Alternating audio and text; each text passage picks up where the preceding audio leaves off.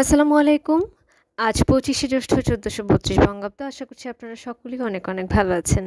Essential sentence স্ট্রাকচারের ধারাবাহিক আলোচনায় আজ আমরা জানব সে এবং টেল এই দুটি শব্দের ব্যবহার সম্বন্ধে, অর্থাৎ এই দুটি শব্দের পার্থক্য সম্পর্কে।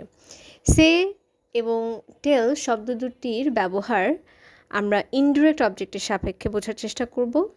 অর্থাৎ সে শব্দটি তখনই বসবে যখন এটির পরে কোনো ইনডিরেক্ট অবজেক্ট নেই, এবং টেল শব্দটি বসবে যখন টেল শব্দটির পরে একটি ইনডিরেক্ট অবজেক্ট, অর্থাৎ আমরা যাকে উদ্দেশ্য করে কথা বলছি সেই ধরনের কোনো শব্দ সেখানে ব্যবহৃত হবে, তখন টেল বসে থাকে সাধারণত।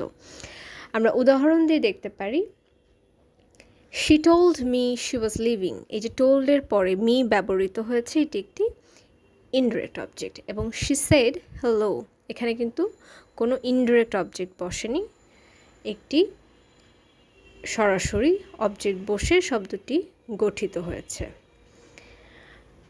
দুটো শব্দকে পাশাপাশি রেখে যদি আমরা উদাহরণ দিয়ে বোঝাতে চাই, তাহলে আমরা দেখতে পারি she said me the truth. এটা কিন্তু ভুল, incorrect form.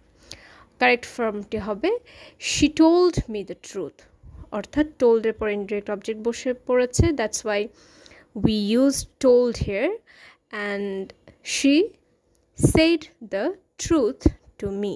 The truth direct object এবং to me টি চলে গিয়েছে একদম লাস্টে। অসংখ্য ধন্যবাদ।